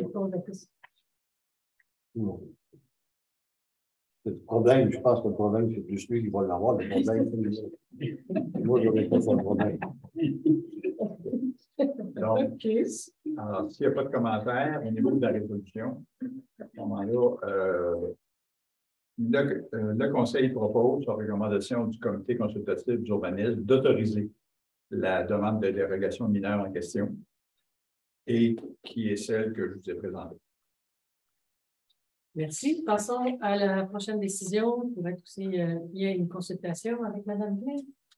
Oui, c'est comme ça, Mme Marie-Josée Bolduc et M. Paul Guerre qui ont présenté une demande pour le 52 rue des Pins. En réalité, leur demande vise à la construction d'un garage détaché de la résidence principale. Et la marge de recul latérale minimale, selon le règlement, doit être de 3 mètres avec l'autre propriété, alors que là, on demande la dérogation mineure, que la marge de recul soit réduite à 2,7 mètres, qui veut dire environ, qui veut dire 12 pouces en réalité. Madame Bolduc s'est présentée lors de la réunion du comité consultatif pour expliquer les grandes lignes de son projet. Et parmi ces arguments présentés par Madame Bolduc, la largeur du garage qui fait qu'on a une dérogation mineure qui est demandée, tient compte du fait que l'utilisation est entre autres pour une personne qui a un handicap, l'utilisation du garage, et pour permettre à cette personne-là de pouvoir se rendre au garage en étant à l'intérieur tout le temps. Le terrain de la voisin de la propriété est un terrain vacant. Il faut dire que la marge de recul minimale, si on avait un garage qui était détaché de la résidence principale, non pas attaché comme il est là, la marge de recul serait de 1 à 1,5 mètres au lieu du 3 mètres. Les plans soumis par les professionnels, par la municipalité, selon ce qui est soumis, la construction projetée, le garage serait à la place, oups, l'image est partie, à la place où on voyait l'auto finalement. Donc, voilà, le garage serait implanté à cet endroit-là. Donc, selon les plans qui ont été fournis par les professionnels, la construction projetée empiète dans la marge de recul minimale de 3 mètres sur une superficie approximative de 1,4 mètres carrés, soit environ 2,4 de la superficie du garage. Et les possibilités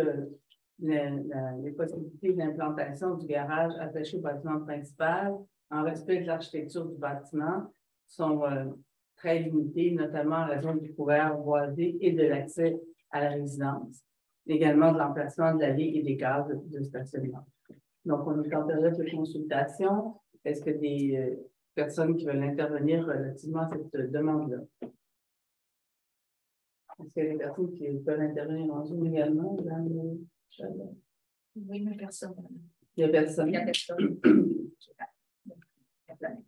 Donc, écoutez, finalement, selon le comité consultatif d'urbanisme et le conseil municipal, la demande qui est faite de dérogation mineure est vraiment une dérogation qui est mineure, quand on parle d'une différence de 12 pouces.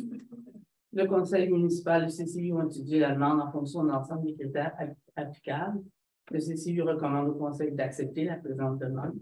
Et les membres du conseil ont pris acte de la recommandation du CCU, ainsi que des lettres et commentaires qui ont été reçus du propriétaire d'un autre voisin auprès de la municipalité. Je propose d'accepter la présente demande de dérogation mineure afin que la marge de recul latérale minimale applicable au garage projeté soit réduite à 2,7 mètres. Du côté nord, alors que la norme est de 3 mètres, entre un bâtiment accessoire attaché et la limite latérale du terrain. Le tout à la condition qu'aucune fenêtre ne soit installée sur le mur du bâtiment qui est situé du côté nord, pour le 52 rue des Pins. Voilà. C'est bon, ça va pour tout le monde. Alors, nous passons au PIA. Nous en avons une petite série. Alors, le premier est sur le chemin du parc. Alors, présenté par M. Brisson. Alors, c'est un PIA qui est demandé par Axel Baudouin et Marc-Olivier Champagne. C'est pour l'installation, c'est pour la construction d'une clinique de consultation psychologique et thérapie. C'est un projet qui avait déjà été présenté beaucoup plus tôt cette année, sinon même l'automne dernier, et qui avait été accepté. Par contre, les demandeurs ont décidé de modifier substantiellement les plans de la construction qu'ils voulaient faire. De sorte que c'est retourné au comité consultatif d'urbanisme. C'est un secteur où on a un PIA, c'est-à-dire un programme d'implantation et d'intégration architecturale, qui existe dans le but que les gens ne construisent pas n'importe quoi, n'importe comment, dans certains secteurs particuliers. Alors, le comité consultatif a examiné la demande en question et le conseil municipal endosse la recommandation du comité consultatif de refuser cette demande-là. L'objectif du PIA, c'est de s'assurer, les critères, c'est de s'assurer que la qualité de construction des bâtiments, que ça constitue un milieu de vie stimulant, qu'il y a une intégration harmonieuse dans le décor. Il y a une harmonie dans les volumes, les couleurs et tout. Donc, compte tenu de l'ensemble de ces facteurs-là, le CCU et le Conseil considèrent que le nouveau projet qui est présenté ne rencontre pas plusieurs des objectifs du règlement. Donc, c'est la raison pour laquelle la décision est de refuser le projet demandé. Merci. OK, allons-y. Donc, s'il y a des questions après, on pourra y aller à la fin si vous voulez bien. Ça va pas pour les règles. Donc, on y va avec 4.6. Oui, alors je vais faire ça, Mme Lemens. Alors, il s'agit ici de Mme Valérie Lacroix et M. Cédric Doyon-Besse, qui souhaitent obtenir une autorisation pour construire un bâtiment résidentiel sur un terrain en pente dont la pente est plus élevée que 15 %. Alors, compte tenu que c'est plus élevé de 15 % et des règlements de la NRC qui sont en vigueur, ça nécessite une analyse par le CCU et ce qu'on appelle amicalement un PIA. Donc, considérant la topographie de l'ensemble du terrain, considérant que le bâtiment principal et l'aire de stationnement sont inévitablement construits à un endroit où le terrain dont la pente est supérieure à 15 %, considérant que l'allée de stationnement est linéaire et prévue uniquement dans la cour avant, l'accès au garage est prévu sur la façade nord, ce qui limite la superficie de l'allée. Celle-ci sera aménagée à un endroit où la pente est de 18 %. La localisation, considérant la localisation des bâtiments voisins, considérant l'architecture du bâtiment tient compte de la topographie accidentée du terrain. Alors, considérant que le comité consultatif estime que le projet respecte les objectifs et critères du PIA, considérant que les membres du Conseil ont pris acte de la recommandation, je propose d'approuver le présent projet de PIA relatif à la construction du bâtiment résidentiel, incluant un garage rattaché et l'aménagement d'une allée de station. Merci. Prochaine décision du Conseil présentée par Mme Blais. Oui. Le prochain, puis la demande de PIA concerne une zone où on n'a pas souvent des demandes dans ce secteur-là. C'est concerne le PIA numéro 8 du corridor faunique qui est le long de la Plaine des Rochers. Cette demande-là, c'est une autorisation de Mme Nadia Thibault, demande une autorisation à la municipalité pour construire un bâtiment résidentiel sur le lot 6 461 179. Le terrain est situé dans la partie sud du corridor faunique qui a été identifié dans les règlements d'urbanisme de la municipalité. Voilà. Et la requérante a déjà présenté une première demande qui a été refusée. Et là, elle fait une seconde demande. Je veux dire que le règlement sur le PIA, pour ce genre de PIA demande de maintenir des possibilités de déplacement de la faune dans l'axe ouest-est à l'intérieur du corridor. Donc, d'éviter la fragmentation du corridor, de tendre à la conservation de larges portions de terrain à l'état naturel pour justement permettre la circulation de la grande faune. Donc, on doit privilégier les bâtiments qui sont dans des zones plus dans le secteur plus au sud que au nord. L'aménagement du site doit préserver au maximum l'état naturel, les cours d'eau, topographie et la végétation. Le lot en question joue un rôle essentiel dans l'atteinte des objectifs du corridor faunique de par son emplacement. Et étant donné qu'il y a comme un rouleau d'étranglement qui est vraiment visé dans ce lot-là. Selon les plans de la requérante, les nouveaux plans de la requérante, l'air naturel projeté sur le terrain qui apparaît sur le plan de la plantation est passé de 35 à plus ou moins 70 %. Le bâtiment demeure prévu à une distance de 17,4 mètres de la ligne de l'eau du côté sud et 9 mètres de la ligne de l'eau du côté nord. Dans le cadre des échanges qui ont été faits par les membres du comité consultatif d'urbanisme et la requérante, celle-ci a affirmé être favorable à évaluer les possibilités de déplacement du bâtiment principal plus vers le sud. Elle a soumis d'ailleurs un nouveau plan à la municipalité le 15 septembre 2022 afin d'implanter son bâtiment un peu plus vers le sud, soit une distance de 15,3 mètres. Le projet de construction près de la ligne nord du terrain limite fortement la circulation de la faune, comme je le mentionnais, dans l'axe est-ouest. Donc, le CCU et le conseil municipal estiment qu'il est essentiel de préserver une plus grande bande boisée dans la partie nord du terrain et que le bâtiment pourrait être implanté davantage vers le sud de la propriété. À ce moment-là, permettrait de respecter les objectifs du PIA pour le plan de corridor phonique. Donc, je propose d'approuver le présent projet de PIA relatif à la construction de bâtiments résidentiels unifamiliales isolés, incluant un garage attaché et une aire de stationnement, le tout aux conditions suivantes.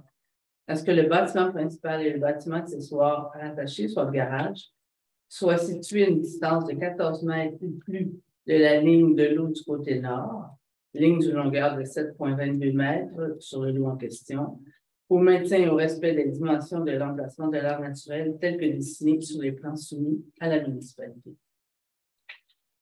Good. Passons maintenant à une demande du 24-18 Chemin du Parc avec Mme Moignet. Oui, considérant que Mme Turcotte et M. Bélanger souhaitent obtenir l'autorisation de la municipalité pour faire l'isolation de 3 murs extérieurs et d'en profiter pour remplacer le revêtement extérieur. Il y a un PIA où est-ce qu'ils habitent, car c'est dans le cœur villageois, que ce PIA-là vise à une qualité bâtie supérieure, renforcer la qualité visuelle, intégration harmonieuse des constructions avec le milieu et viser une harmonie des volumes, des formes, des couleurs. La couleur du nouveau revêtement est un blanc cassé qui tend vers le beige. C'est neutre, ça s'harmonise aux couleurs des autres bâtiments du village, ça s'intègre bien au milieu bâti. Selon le CCU, le revêtement type Canexel améliorera l'apparence du bâtiment parce qu'en ce moment, c'est du vinyle. Il y a une façade qui n'est pas visée par les présents travaux. Elle est située à l'arrière et n'est pas visible à partir du chemin du parc. Concernant que le CCU recommande au conseil municipal d'accepter le présent projet de PIA, je propose d'approuver le PIA relatif au changement de revêtement extérieur pour la propriété au 24-18 chemin du parc. Continuons avec la prochaine demande en zone C3. Oui, donc c'est exactement la même zone pour les mêmes critères de PIA que Mme Ouellet vient d'expliquer. Donc, c'est une demande faite par Mme Sandra Fontaine pour le lot 3 786 619 qui est au 2387 387 chemin du parc. Donc, Mme Sandra Fontaine souhaite obtenir une autorisation pour un projet d'affichage qui vise l'installation de 3 enseignes pour 2 commerces qui sont situés à cette adresse. Donc, comme Mme Ouellet l'a expliqué, il y a un PIA à suivre et pour l'harmonisation aussi au niveau du cœur villageois. Donc, le projet d'enseigne commune est prévu dans la cour avant, au même endroit que là où était installée l'enseigne qui a été retirée du précédent commerce. Et un éclairage vers le bas est prévu. Donc, il y a l'explication au niveau des 2 enseignes, numéro 1, numéro 2, section ouest et section est, avec les dimensions mises à l'écran. Donc, le comité consultatif d'urbanisme et le conseil municipal estiment que le projet respecte les objectifs prioritaires du PIA et le CCU recommande donc au conseil municipal d'approuver le présent projet.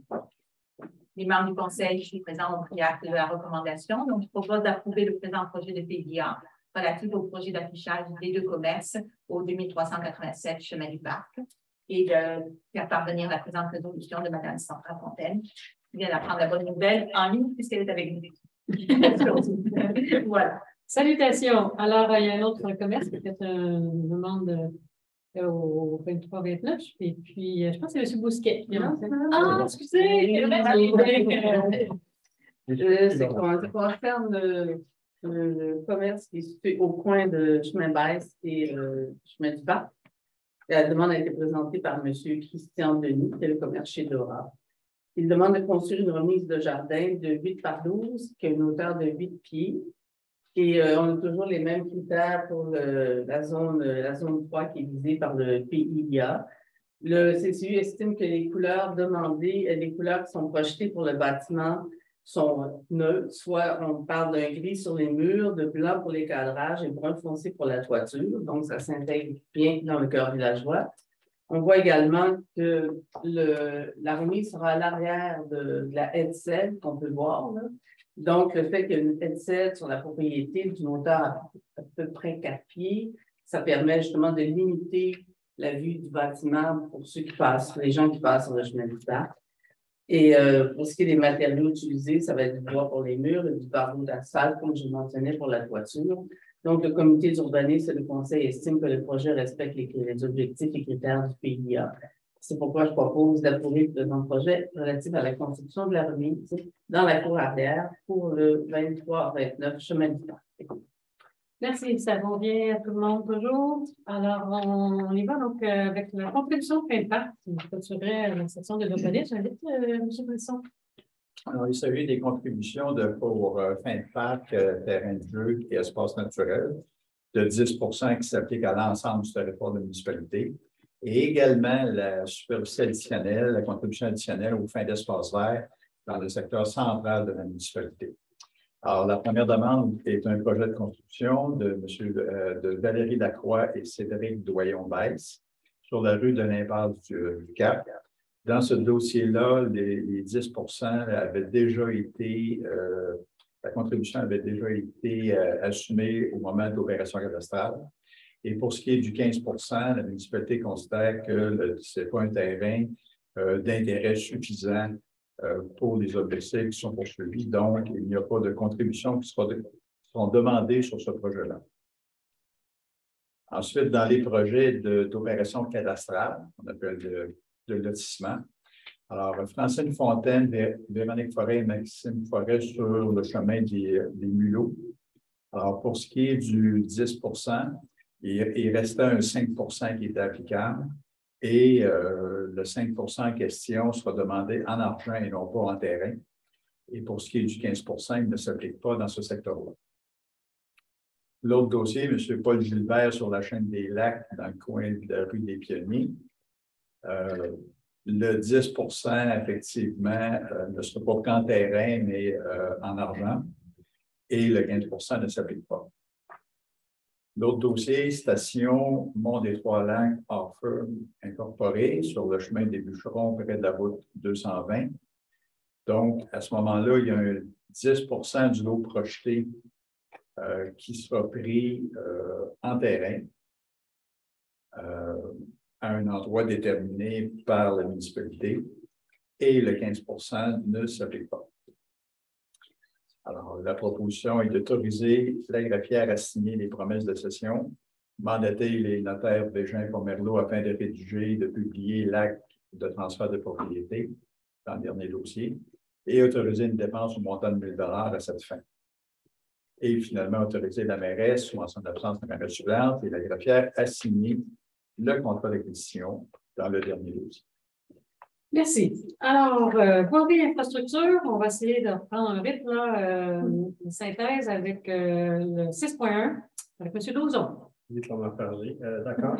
Alors, il s'agit d'une autre demande financière pour le programme de résilience et d'adaptation face aux inondations. C'est un programme auquel on pourrait y avoir droit pour régler les problèmes de bassin de rétention, si je me souviens. Alors, je propose d'autoriser le conseil municipal à présenter une demande d'aide dans ce volet résilient, que le conseil municipal autorise le directeur général à signer au nom de la municipalité des documents utiles et nécessaires afin de les discuter à la présence. Voilà. Excellent, merci. Prochaine résolution à 7.2. Oui, la résolution 7.2 concerne, vous savez, il y a des travaux présentement qui sont en cours sur la rue de la Sartelle pour faire asphalter une partie de cette rue-là à partir de la récluse finalement vers le chemin du Parc. Donc, la municipalité veut contrôler, avoir un contrôle qualitatif des matériaux dans le projet de la reconstruction de cette partie de rue-là. Il y a une offre de service qui a été déposée le 2 septembre dernier par la firme Solmatec. Donc, je propose de mandater cette firme afin de procéder au contrôle qualitatif des matériaux dans le projet de reconstruction d'une partie de la rue de la Sarcelle, DV 398. Il y a tout texte écrit dans l'offre de service du 2 septembre 2022. Et elle s'est fait autoriser une dépense de 2 445 pour taxes incluses montant dans le fonds général. Yes, bravo, merci. Prochain mandat présenté par Mme Ouellet. Oui, c'est un mandat pour un relevé d'arpentage parce qu'il va y avoir 362 mètres de conduite d'égout et d'aqueduc dans le secteur Cherbourg qui sont à remplacer. C'était prévu au PTI en 2022, donc je propose de contrat avec la firme Sylvain Gagnon, Technique civile, de procéder, un contrat afin de procéder au relevé d'avantages et à cette fin d'autoriser une dépense maximale de 2 081,04 toute taxe incluse, montant puisé à même le fonds général et remboursé par la TEC. Merci. Contrat de déneigement avec M. Bousquet. Oui, merci. En fait, la municipalité fait le déneigement autour du lac des Français. Jusqu'à présent, la terme Cadolet SNC procède depuis quelques années au déneigement. Les gens sont satisfaits. Donc, on va procéder de contrat de gré à gré et conclure un contrat avec la firme Cadolet SNC pour le déneigement des chemins Brunel, Cédret, du Curé, de la Garde dans le secteur du lac des Français pour la saison 2022-2023. Le tout selon le devis DV 357. À cette fin, le conseil autorise une dépense de 28 349,85, toute taxe incluse pour la saison hivernale 2022-2023. Montant est épuisé à fin de fonds général et d'autoriser la mairesse et en son absence la mairesse suppléante et la greffière à signer le contrat. Merci. Contrat de reconstruction cette fois-ci. M. Brisson, je vais vous présenter. Il s'agit de la reconstruction de la rue de la Selle, qui est un petit de rien, et une partie de la rue du Bourgeon et une autre partie sur la rue de l'Écosse. La municipalité a reçu des diverses soumissions variant de 234 778 à 426 065 $. Donc, étant donné que le plus bas soumissionnaire est conforme, à ce moment-là, je propose d'accorder le contrat à la firme Normand Janson Excavation pour les travaux cités précédemment. Sur ce montant-là, il y a 234 778 $. C'est-à-dire qu'il y a 20 000 qui sont utilisés à même le fonds général et un montant de 214 778 $ à même la réserve financière dédiée à la voie en propos d'adoption. Merci. On va faire aussi des heureux, régler des problèmes de fond, comme on dit. Madame Jablard, avec 6.6. Oui, on voici un autre problème de fond. Donc, on a 4 panneaux de contrôle pour les stations de pompage dans les secteurs Chéribou, Saunière, Intervalle et 4 vents qui sont en fin de vie et qui doivent être remplacés. Donc, il y a eu une demande de prix qui a été effectuée auprès de 2 compagnies, Technel Engineering Inc. et Endwest House.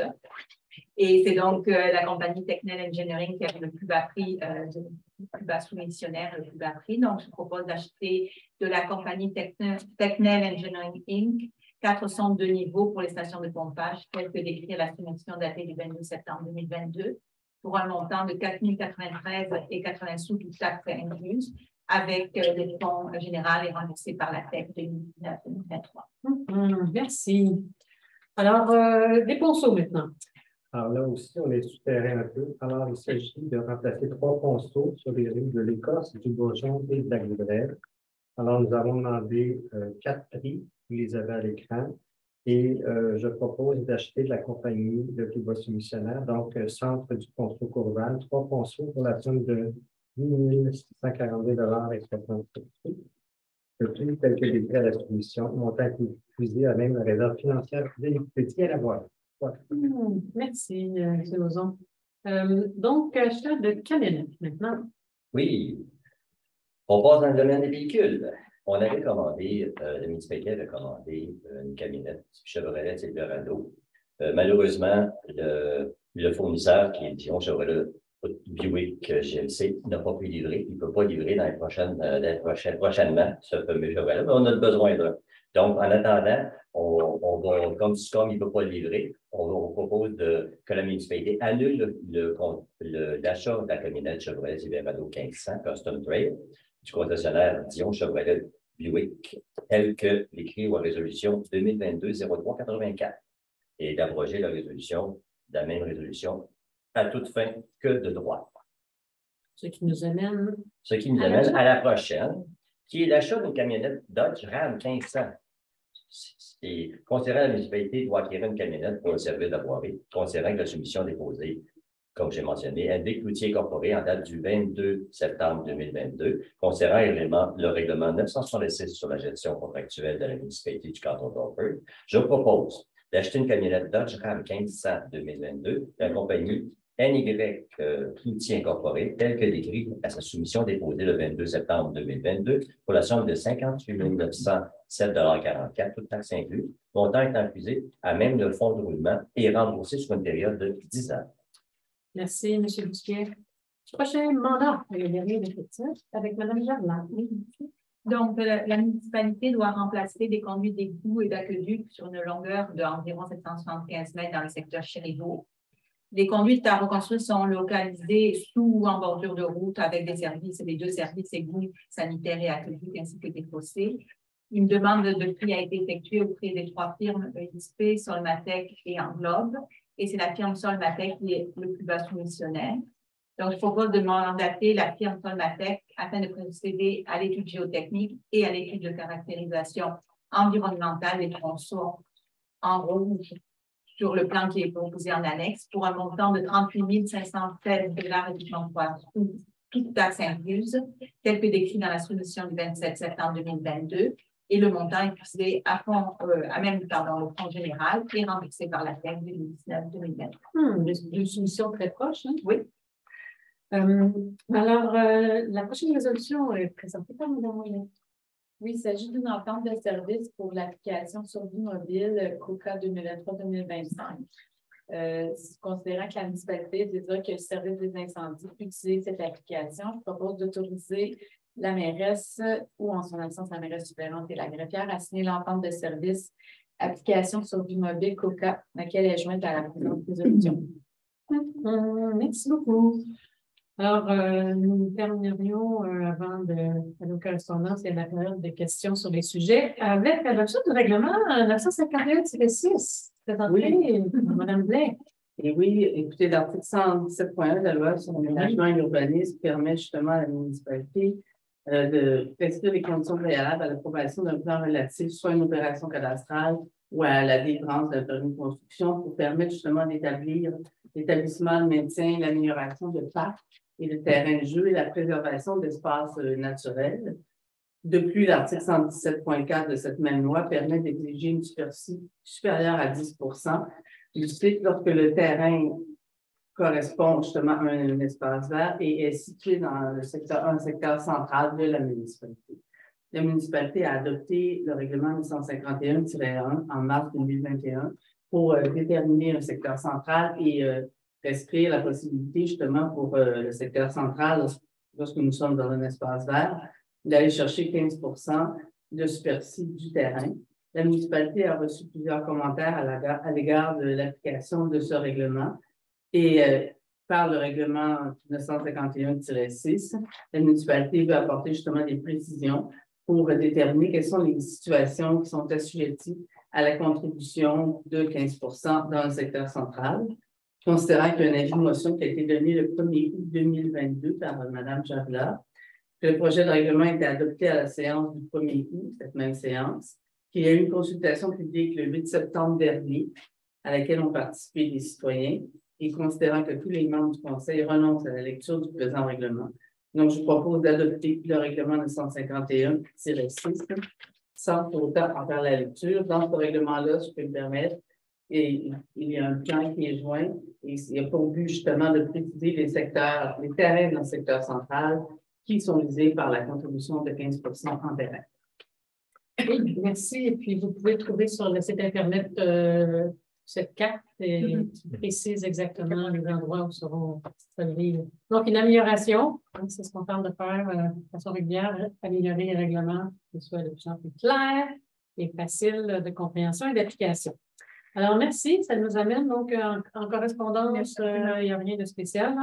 Alors, période de questions. Donc, je pense qu'il y avait une question là, sur un sujet qui a été traité. Alors, on vous invite à venir à l'avant, et on vous écoute.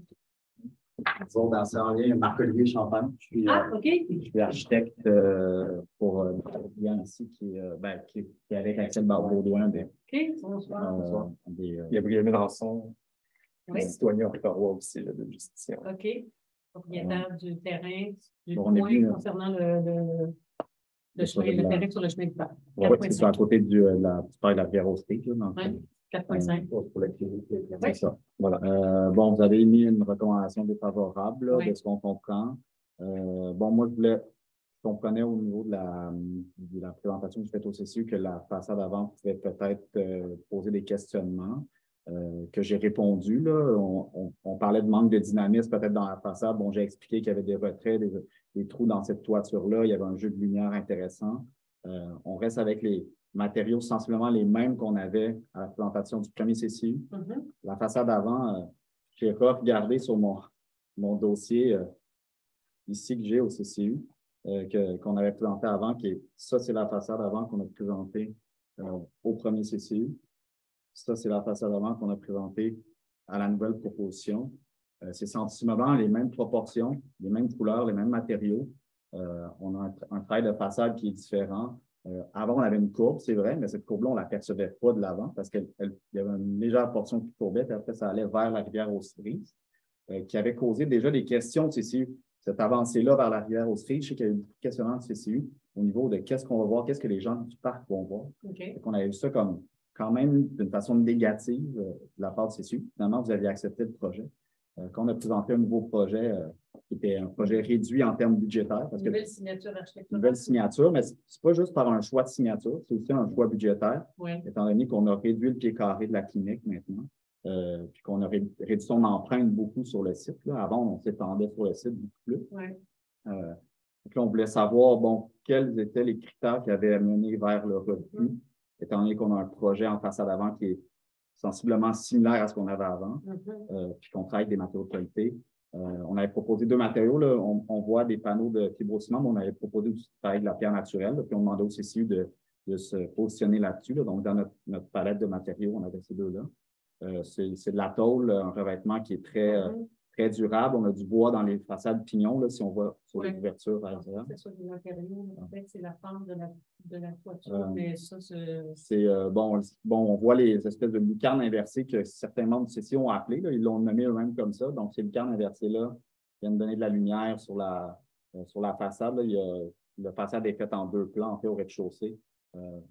Donc, on voulait avoir un peu plus d'informations sur pourquoi ça a été refusé, parce que nous, personnellement, bon, moi, je suis membre d'un CCU aussi à Montréal, puis on prend des CCU 20 par année au bureau à peu près. On travaille sur des projets de qualité tout le temps. On essaie d'avoir travailler sur une signature architecturale que je pense qu'on a ici, qui peut être bénéfique pour le cœur villageois, fait qu'on voulait avoir un peu plus. Dans le fond, c'est pas une question de qualité, puis on est pour notre PIA ici en jeu. Effectivement, je pense qu'il y a peut-être des petites une raison ou 2 là, qui pourrait être émise, des suggestions dans ce sens-là. Peut-être que vous regardez, là, mais une suggestion succinctement ou à l'anglais. Non, tu peux aller. Effectivement, comme on est en PIA, il y a une question d'apparence générale, la forme du bâtiment, sa présentation. Je vous dirais, au fin de l'Assemblée publique de ce soir, ça sera peut-être plus efficace de communiquer avec le service pour avoir plus de détails techniques là, plutôt que de faire ça dans une séance, parce qu'on est effectivement dans un règlement relativement technique. Et à ce moment-là, le service sera en mesure de vous donner beaucoup plus, une information beaucoup plus précise. Est-ce que je peux poser une question? Au niveau de la forme du bâtiment, bon, on est dans une forme très traditionnelle, de pente à 2 versants, au-delà de 4 dans 12. Comme on a parlé tantôt, là, on a trouvé quelque chose en fait. C'est ça. C'est une question politique. Ensuite, on va référer au service d'urbanisme, mais en termes de... Moi, je pense qu'au niveau du service d'urbanisme, c'est qu'il y a des éléments qui peuvent être intéressants dans ce que vous avez présenté. On n'ira pas au niveau du comité d'urbanisme, ce n'est pas de refaire, dire il y a des points qui sont positifs. Cependant, ce que je peux vous mentionner, c'est qu'il y avait le fait qu'au niveau linéaire, on trouvait c'était une longue façade linéaire, qu'il n'y avait pas... Si on avait discuté lors de la séance d'urbanisme, il n'y avait pas c'était vraiment linéaire et plat, alors que si on voit l'autre côté qui est vers non pas qui fait face au chemin du parc, mais l'autre côté, on voit qu'il y a quand même pas, justement, du côté droit, là, si on voit que c'est moins linéaire, c'est quelque chose c'est derrière. Ça, c'est derrière. derrière. Donc, on ne voit pas le chemin du parc. Il y avait entre autres le fait que c'était vraiment une grande ligne droite. Pas de décrocher. Mais il y en a, c'est ça, il y en a. Il y a une avancée. Si je peux m'avancer? Oui. Ça a avancé. Ce bloc-là est avancé d'au moins un 12 pieds. Ça est en recul de 12 pieds. On a une paroi, un clos de bois ici qui vient filtrer pour la privacité de l'endroit dans une clinique de psychologie. Et ces trous-là viennent créer de la lumière dans ce retrait-là de 12 pieds de ce bloc-là. Donc, il y a des avancées en bas. Bien, ici, il y a des avancées, un recul en bas d'au moins 12 pieds. Là. Il y a une avancée ici. La toiture, c'est vrai qu'elle est droite, mais elle vient ponctuer le trou qui vient justement la dynamiser. C'est pour ça que j'ai de la difficulté un petit peu à comprendre cette idée de dynamisme-là, parce que moi, je la trouve très dynamique, cette façade-là, personnellement, comme architecte, mais c'est pour ça que je voulais avoir votre avis là, au niveau technique, parce que vous parlez d'avancée, mais on l'a fait. Au niveau de la qualité visuelle, au niveau de la façade, principalement, je dirais de la façade sur le chemin du parcours, il y avait, on trouvait que la qualité visuelle, le nouveau projet, ça donnait, c'était pas un projet qui était vraiment, ça ne renforçait pas la qualité visuelle de l'ensemble du cœur de la choix. Mais effectivement, comme le mentionnait M. Boulisson, on peut avoir plus de détails, il faut sûrement communiquer avec M. Pascal Hérisson. Moi, c'est ça, je vous dirais, là, que si je ne suis pas comité, qu'on le voit, moi, je n'avais pas autant d'avancées, mais donc, le toit est imposant. Oui. Voilà. Donc, dans le village d'Offer, c'est comme ça clash un peu, là, c'est dans l'opinion. Ça, j'ai pas. Ça a été débattu, regardé, analysé avec les critères que l'on a, et moi, je vous dirais, spontanément, ça. Alors, voilà, je pense que. Peut-être que est-ce que tu peux me permettre quand même, peut-être, moi, je vais me positionner peut-être plus du côté de l'entrepreneur puis du résident d'Orford aussi. Le projet de la clinique, en fait, c'est un projet qui a essentiellement deux visées. Je dirais l'humanisation des soins de santé, mais c'est surtout, dans le fond, le fondement de la clinique, ce qu'on veut, c'est d'optimiser le travail en équipe, donc la multidisciplinarité des soins en santé mentale. Et ce qu'on voit, c'est l'espace qu'il y a là. C'est un espace, dans le fond, qui a vraiment une visée de coworking, donc pour créer des liens des professionnels. Fait que, dans le fond, l'objectif, c'est qu'il y ait beaucoup de professionnels en santé mentale. Vous avez parlé de soins en psychologie. Ce n'est pas seulement des psychologues. On a en ce moment une clinique là, à Fleurimont. Donc, c'est des ergothérapeutes, des psychoéducateurs, des travailleurs sociaux, des kinésiologues. Donc, on veut vraiment offrir des services en santé mentale. Donc, il y a, oui, la population qui va venir chercher les soins, mais il y a aussi les professionnels qui vont venir travailler. On veut aussi utiliser l'espace de coworking pour offrir des espaces de formation aussi pour les professionnels. Donc, c'est sûr qu'il y a une perspective pour aussi dynamiser, là, à mon avis. Oui. Puis, j'ai une préoccupation quand même que ça fait un bout de temps qu'on travaille. Il y a aussi comment le terrain, la portion du terrain aussi qu'il a fallu revoir. Il y a une préoccupation concrète, c'est que là, on va se rasseoir avec l'équipe d'architectes, il va falloir qu'on révise les plans. C'est des sous en ce moment, puis ça remet concrètement en question le projet. Alors, je tenais à que vous le sachiez quand même, là, parce qu'à mon avis, moi, puis je prends le pouls quand même des gens du coin, je pense qu'il y a un plus dans ce type de projet-là en ce moment à Orford. Puis ça se peut que ça ne puisse pas fonctionner si on se retrouve à ne pas avoir nécessairement des leviers clairs pour savoir comment réussir à l'avoir. Parce que l'ancien projet, on pouvait le faire fonctionner. On considère qu'il n'y a pas tellement de grandes différences non plus par rapport au look général. Donc, j'espère, en tout cas, c'est vraiment mon souhait qu'on ait vraiment des indicateurs très, très clairs pour qu'on puisse réajuster rapidement sans trop d'impact financier, parce que voilà, je pense que ça serait bien triste de devoir passer à côté de ce projet comme ça. C'est bien entendu. On va être entendu qu'on va transmettre le message. Une solution? Je voudrais juste souligner qu'on n'est pas contre le projet. Non, j'entends bien. D'ailleurs, on l'avait accepté dans la première version. Tout à fait. Donc, c'est vraiment une question de retravailler ça avec des informations plus précises que vous aurez. Mais on n'est pas contre le projet du tout. Non, mais je tiens peut-être à ce que vous voyez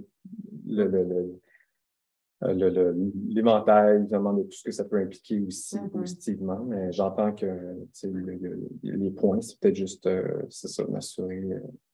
On va s'assurer par un suivi avec M. Wilson, si vous me permettez, Mme la mairesse, pour que ce soit rapidement et que ce soit bien précis. Oui, parce que c'est ça.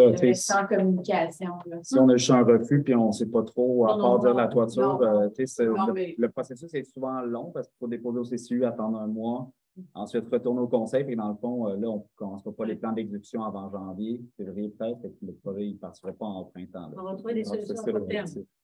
OK, très bien. Super. Merci. OK, nous. Alors, merci. Salutations, bonne journée électorale. Et puis, oui, OK. Je me suis apporté un point Oui. Je me suis apporté un point tantôt concernant les cellulaires. C'est choses formelles. Bonsoir. Bonsoir, Mme la mairesse. Bonsoir tout le monde. Gilles Pouliat. Oui. Je veux juste apporter un point à M. Bousquet qui a apporté pour une nouvelle antenne pour les réseaux cellulaires. Je veux juste vous parler de la dernière tempête qu'on a eue dernièrement. C'est pour aller pour l'ordre d'eau, malheureusement. Ah, malheureusement. Non, mais c'est juste c'est lui qui l'a amené. Oui, mais c'est une question. Le prochain rendez-vous, ça sera, nous avons une séance régulière au mois de novembre. Je ne serai pas ici. Je suis dans 6 mois. Avant 6 mois. On parlera de ça après la séance. On ça après la séance. OK. Alors, quand on a une proposition pour la levée de l'Assemblée. Ah, excusez. Juste une petite précision, c'est parce que le projet qui vient d'être présenté, le Gisèle Jolin du lac Brunton, juste un commentaire concernant le projet qui vient d'être présenté. Je trouverais ça dommage qu'on perde un tel projet ici à Offord. Je suis sûre que vous êtes très sensibilisés à ça. Mais l'autre élément aussi, je comprends l'importance de l'intégration de l'urbanisme. Je suis déjà allée dans des villages, puis je me disais, mon Dieu, qu'ils ont laissé faire n'importe quoi. Mais je dois vous dire, je ne sais pas c'est quel critère qui accroche, mais je trouve ça important de le dire. Mais moi, personnellement, je trouve ça très beau. J'aurais aimé savoir ça. Merci. Alors, ça va. Donc, qui vous propose cette levée d'assemblée? Bien, merci beaucoup tout le monde. Monsieur Mme la greffière et le directeur général. Alors, à la prochaine assemblée.